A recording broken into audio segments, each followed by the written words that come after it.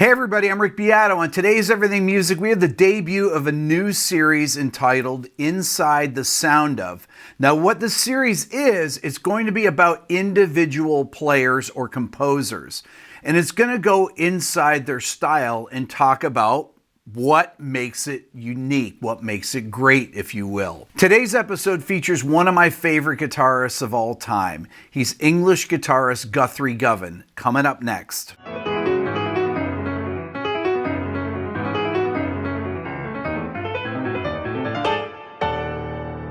Guthrie Govan was born in 1971. He is associated with acts such as the Aristocrats, Asia, Steven Wilson, Hans Zimmer, but I really first became aware of him in 2008. My brother John sent me a video from YouTube, and it was this video.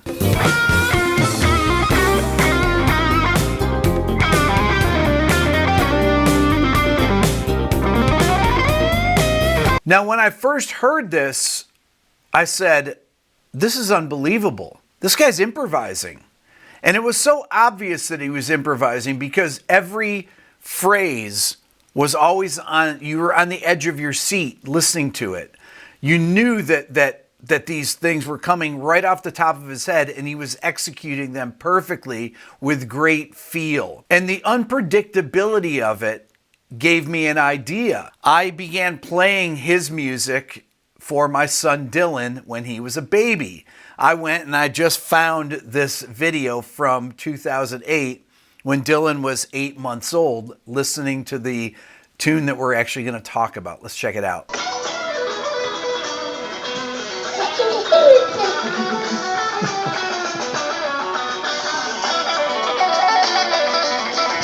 It was the unpredictability of Guthrie's playing, the flow of it, the flow of ideas that I thought would be great for a baby to listen to, for their brain development. Now, I want to actually talk about what Guthrie plays in that track. It is a backing track based on an Albert King style jam.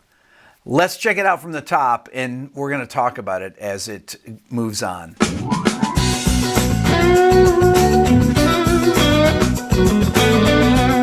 Okay, so that opening phrase is over a B minor chord, or B minor 7 chord. This is really like a minor blues. The chords in the tune are essentially B minor 7, then goes to E7, B minor 7, then eventually goes to F sharp 7, E7, B minor 7, and then it goes to the 5 chord. So he's playing over B minor 7. He starts out with a bend, right? And then that second phrase has a cap at the end. So that's actually two complete ideas. One that suggests the next. The first, phrase ending, space.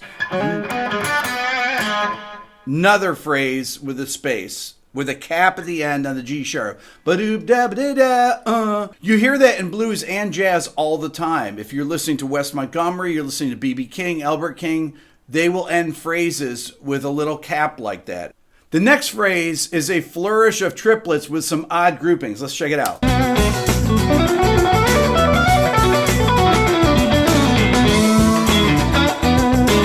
That first phrase, the climbing phrase, starts out.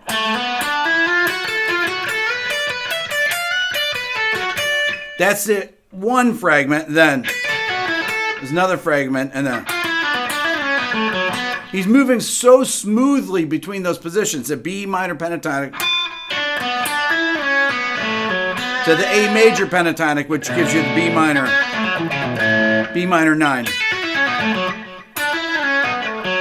But when he slides, then he moves into all these little chunks that make it so rhythmically interesting. Check it out, right here.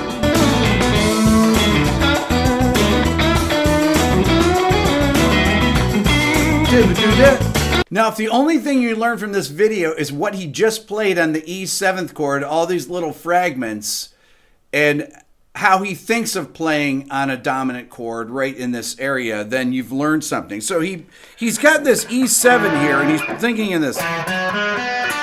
He starts out bending into the sus4 and then capping on the flat 7. And then he bends into the flat 7, then bends up to the root. What's great is that each little fragment has a different ending.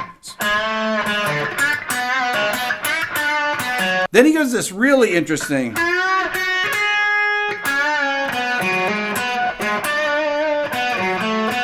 That is really, really great. He's bending.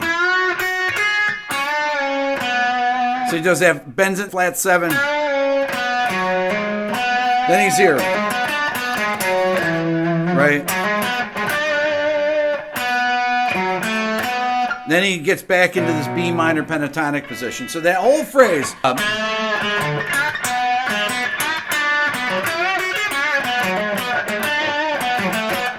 Is so killer. And then into this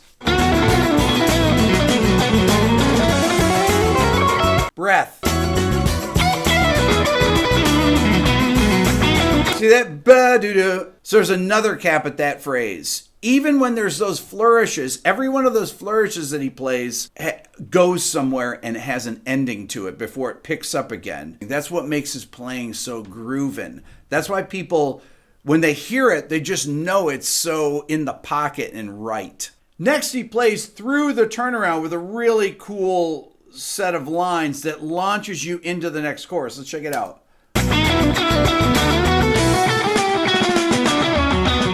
I love how he moves so fluidly between positions. He's right there, just that. And then that's so great, right?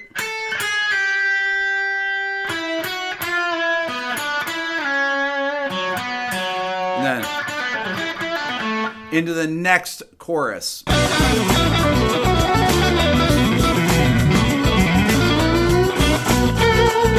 Right there. Again, phrase ending. There's all those fast runs, but they're leading somewhere.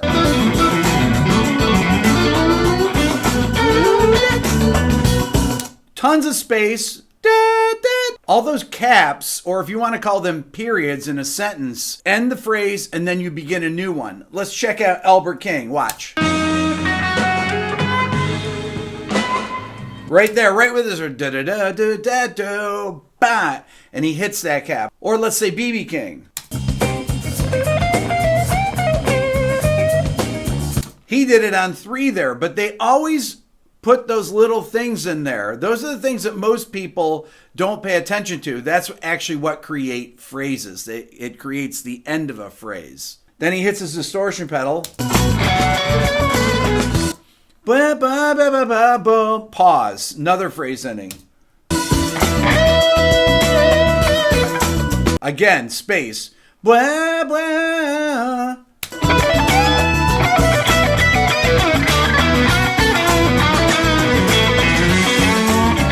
All these little subtleties are in there, like on that fast lick on the E7 chord. He does the fast. Then he bends into that sus4, but then leading down, you might even miss this thing. All those little half-step bends. So right here is on the B7 chord. Or right here. He's singing out of that B minor pentatonic. Over the E7 chord.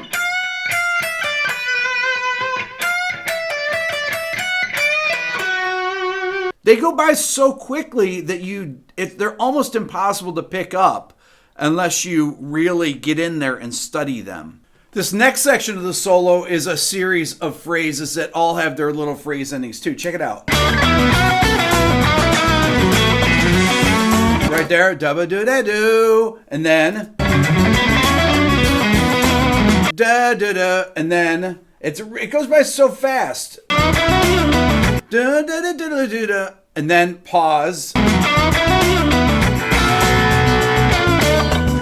And then So he leads into the next chorus. Da, da, da, da, da, Once again, always be leading the listener. That's what Guthrie does. It's all flow. It's all improvised. He knows what is exciting. He knows where to put the breaks. He knows how to set up the next phrase. And those breaks are what make it so melodic. And that's what keeps you on the edge of your seat. It's like, what is he going to play next? The entrance to this chorus is one of my favorites. Check it out. And then...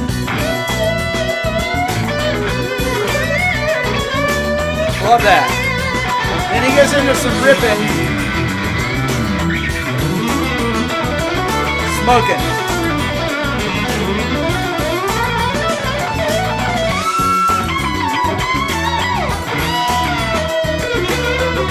All that is just ridiculous. You know, I was talking to somebody the other day and I said, does Guthrie even sweep pick? Because he is one of the only players that has ridiculous chops that it never occurs to me anything that he's doing technically. It's so effortless. There's never anything intentional about it. He can just play anything that he wants at any time. I'm sure he's economy picking, sweep picking, whatever. It doesn't even come into my brain what he's doing because technique is so not part of this. It's all about flow and phrasing. Then he goes into this next lick, which is kind of like a really hip, almost Jeff Beck hybrid picking. And it just is crazy from there out. You know, sometimes I say to myself, well, you know, Guthrie can't really chicken pick. Okay, I guess Guthrie can chicken pick. I used to try to make myself feel better about my playing after listening to him. But there's really no one like him, I don't think, in the rock fusion spectrum. Nobody develops ideas like Guthrie, and that's why he has been the subject of today's episode. If you want to purchase the backing track for this, you can do so at jtc.com. I'll put the link in the description below. This was actually published on January 16th, 2007. I mean, YouTube had just started at that time, and this was my introduction to guitar on YouTube. And it's really cool that Jam Tracks that put up these, or JTC Guitar, that they actually had the forethought to put not only Guthrie, but a lot of other great players they had playing against backing tracks. And it was the transition from people playing in bands at the time to playing online and developing the online guitar community. That's all for now. Please subscribe here to my Everything Music YouTube channel if you're interested in the Beato book.